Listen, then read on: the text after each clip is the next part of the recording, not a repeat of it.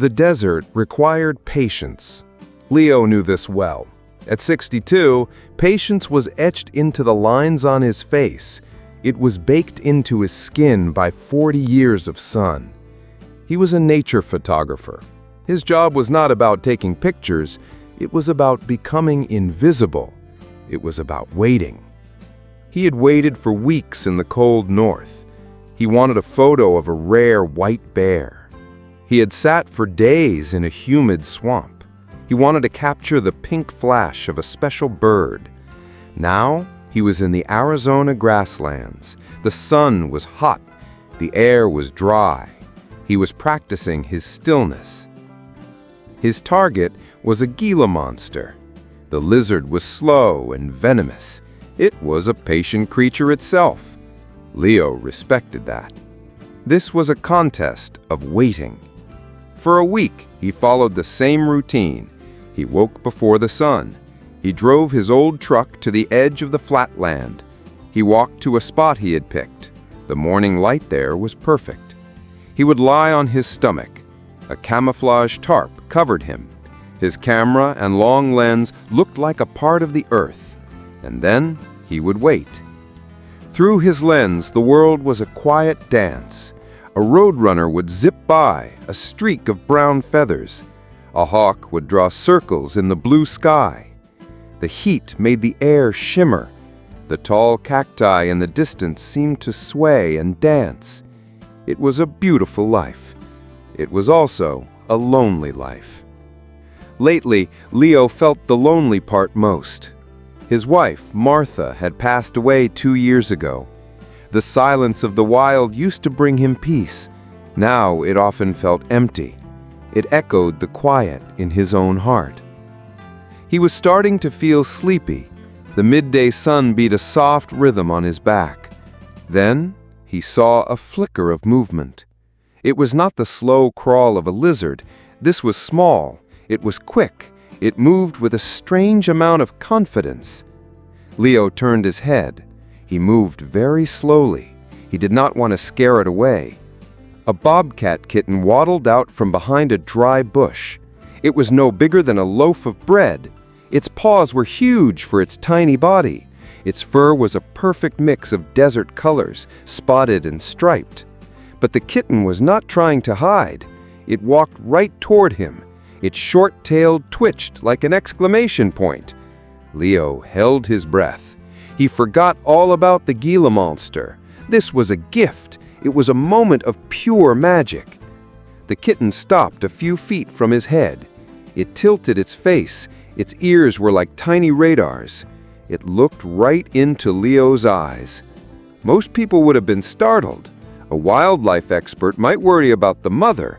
Leo was just charmed. The kitten made a soft, questioning sound. It was a tiny mew that got lost in the big open space. An impulse took over Leo. It was a feeling he had not felt in years, like a grandfather. He moved his hand with great care. He reached for his backpack lying next to him. The kitten watched every move. Its blue eyes were wide with curiosity, not fear. He unzipped a pocket. He pulled out his lunch. It was a piece of beef jerky. It was tough and salty. It was probably not good for a bobcat kitten, but it was all he had. He held it out. The kitten stepped forward. Its nose twitched. It sniffed the air. It sniffed the jerky. Then it let out a loud, adorable sneeze. A small puff of red dust rose into the air. Leo had to stop himself from laughing. The kitten was not scared. It opened its mouth. It showed a tiny set of sharp baby teeth. It gently took the jerky from his fingers. The exchange was surprisingly soft. The kitten, with its prize held high, turned and ran back the way it came. It was a tiny bandit making off with its loot. "Well, I'll be," Leo whispered to the empty air. He decided to call the kitten Scout. A chuckle rumbled in his chest. It felt good. A lightness spread through him. He had not felt this way in a long time. The loneliness seemed to shrink. It was replaced by the warmth of this small, funny meeting. He packed up his camera gear. The Gila monster could wait. The next morning, Leo returned to his spot. He felt a new kind of excitement. He told himself he was there for the lizard, but his eyes kept looking toward the dry bush. He had packed his usual lunch. He also packed a few extra, smaller pieces of jerky. He felt a little silly. He felt like a boy waiting for a girl to walk by, but he couldn't help it. He settled into his spot. The familiar weight of his camera felt good. An hour passed, then another. The sun got higher. The desert grew quiet. Leo sighed. Maybe it was just a one-time thing, a little gift from the desert that would not happen again. Then he heard a sound. It was not a lizard. It was not the wind. It was a soft pattering. It was the sound of many tiny paws. He turned his head slowly. His heart jumped. His jaw dropped. Emerging from behind the same bush was Scout. And Scout was not alone. He was leading a parade of fur. 4 more Bobcat kittens tumbled out behind him. They wrestled and pounced on each other. They were a chaotic little avalanche of spots and stripes. Each one looked like Scout, but each had its own personality. Scout trotted in front. He looked very proud. He looked like he was presenting his army to a general. Leo was so shocked he forgot to breathe. The kittens were not shy like Scout had been. They saw the big camouflage man as a new and interesting part of the landscape. One kitten was especially fluffy and a little clumsy. Leo decided to call him Patches. Patches waddled straight to Leo's worn leather boot. He began to try and climb it. His tiny claws made soft scratching sounds on the leather. Another kitten was sleek and female. She had a look on her face that said she was not impressed by anything. She spotted the lens cap hanging from Leo's camera. She crouched low. She wiggled her back end. Then she batted the cap with the skill of a professional boxer. Leo named her Shadow. A third kitten was the smallest of the group. He scrambled right up Leo's back. He walked across his shoulder blade. He gently slapped Leo on the cheek with a soft paw. His face seemed to ask, "Okay, friend, where's the food?" This was Pounce. The fourth kitten was a blur of motion. He was a tiny, hyperactive storm of energy. He chased his own tail. Then he chased a grasshopper. Then he ran in frantic circles around the stunned man. This was Dash. Leo did not know what to do. He was trapped. He was pinned down by an army of tiny hunters. But he was not afraid. A laugh started deep in his belly. It was a real rolling laugh that shook his whole body. He laughed until tears ran down his weathered cheeks. He laughed until his sides ached. This was the most unprofessional thing that had ever happened to him. It was also the most ridiculous and the most wonderful. He was no longer Leo, the stoic photographer. He was Uncle Leo, the Bobcat babysitter. He carefully reached for the jerky he had brought. He opened the bag. 5 little heads snapped to attention. Their ears swiveled toward the sound. He tossed out the pieces. A funny free-for-all began. Patches, the clumsy one, tripped over his own feet. He landed face first in the sand. He came up with a dusty nose and a look of total confusion. Shadow, the clever girl, snatched a piece from her brother. She ran to a safe spot to eat her prize. Dash, the hyperactive one, grabbed his piece. He immediately lost it while chasing a butterfly. Scout, the seasoned pro, ate his jerky with quiet dignity. As the kittens ate and played, Leo noticed someone else. A full-grown bobcat was sitting on a warm rock about 20 yards away. It was their mother. She was magnificent. She had powerful muscles and a thick coat of fur. Her intelligent amber eyes watched Leo. She was not threatening. She was observing. She was judging. She seemed to decide that this strange, lumpy man who gave out jerky was not a threat to her children. In fact, he was a pretty good distraction. Leo gave her a slow, respectful nod. Amber, he whispered to himself. The name seemed to fit her royal and distant manner. The days fell into a new, strange rhythm. Leo would arrive. He would set up his gear. Then he would wait for his clients. The kittens would appear, led by Scout, and the chaos would begin. They turned his perfect photography spot into their personal playground. Patches discovered that Leo's camera bag was the perfect place for a nap. Shadow became fascinated with the zipper on Leo's jacket. She would pull it up and down with her teeth for hours. Dash used Leo's outstretched legs as a racetrack. Leo's photography changed. He still had his long lens, but now it was often pointed at his own feet. He would take pictures of a kitten attacking his shoelaces. He started bringing a small video camera. He set it on a tripod to film himself with the Bobcat Brigade, as he called them. The videos were priceless. They were not a normal wildlife documentary. They were a story of the funny, messy, and warm intersection of two worlds. He would narrate his films in a low whisper. "This is day 12 of the occupation," he would murmur into the camera. "Amber is watching from her throne on the rock. She seems to approve of my babysitting. She has not offered to pay me yet. Patches has fallen asleep in my lens slit again. My Gila Monster project is officially on hold. The reason is a severe case of cuteness overload." He got to know their personalities. Scout was the thoughtful leader. Shadow was the clever hunter, often pouncing on lizards with surprising skill. Dash was pure energy, a tiny agent of chaos. And then there was Patches. Sweet, clumsy, food-loving Patches. He was the runt of the litter. He was a little smaller and a step slower than the others. He was the one who always got his jerky stolen. He was the one who tripped into cactus plants. Leo had to carefully pull out the spines with tweezers. And Patches was the one who seemed to have a special bond with the big, gentle man who gave out snacks. Patches would often skip the wrestling games. He would just curl up against Leo's side. He would purr a loud, rumbling purr. The vibration went right through Leo's soul.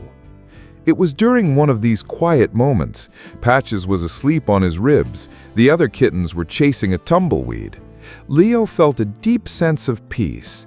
The empty quiet in his heart had been filled.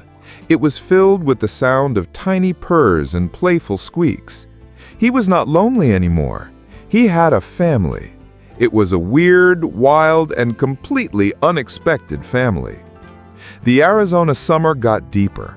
The heat became a heavy blanket over the land. The daily thunderstorms grew more violent. Leo knew this was a dangerous time in the desert. A flash flood could turn a dry gully into a raging river in minutes. The heat was brutal. Water was hard to find. He had grown to love the kittens more than he would ever admit. His professional distance was gone. He worried about them all the time. He started bringing a large, shallow dish of water each day. Amber watched it with suspicion for a day. Then she finally let her kittens drink from it. She seemed to understand that he was a help. Their relationship became a quiet partnership. She would hunt for their real meals. He taught them how to survive in the wild. He would provide the extra snacks, the playground, and the safe space. One afternoon, the sky turned a dark, angry purple. The air grew still and heavy. Leo had checked the weather on his phone. He knew a big storm was coming. He should have packed up and left an hour ago, but the kittens had been especially playful. He had lost track of time. "All right, you little rascals," he said, starting to gather his gear. "Time for Uncle Leo to go home." The kittens sensed the change in the air. They were huddled close to Amber near her rock, but Patches was lagging behind. He had been chasing a beetle near the edge of a shallow, dry gully. Then the world split open. A deafening crack of thunder exploded overhead. The sky unleashed a solid wall of water. The dry ground couldn't soak it up fast enough. The gully began to fill with a muddy, churning flood. Leo's heart stopped. "Patches!" he yelled. His voice was lost in the roar of the storm. He saw the kitten. Patches was startled and scared. He was trying to scramble up the slippery bank of the gully, but the rising water was too fast. It swirled around his paws. It pulled him back. Amber was pacing on the edge. She let out sharp, distressed cries, but she would not go into the churning water. She knew it was a death trap. Leo froze for a second. A war raged inside him. The first rule of a wildlife photographer screamed in his head. Do not interfere. You are an observer. Nature must take its course. He saw Patches lose his footing. He was a tiny speck of fur being swept away in the brown water. He heard Amber's desperate cry. It was the sound of a mother's anguish. In that moment, the rule book did not matter. A more powerful rule took over. You protect your family. To the hell with nature's course, Leo roared into the storm. He dropped his expensive camera bag into a growing puddle. He ran. His old knees screamed in protest. His boots slipped in the slick mud.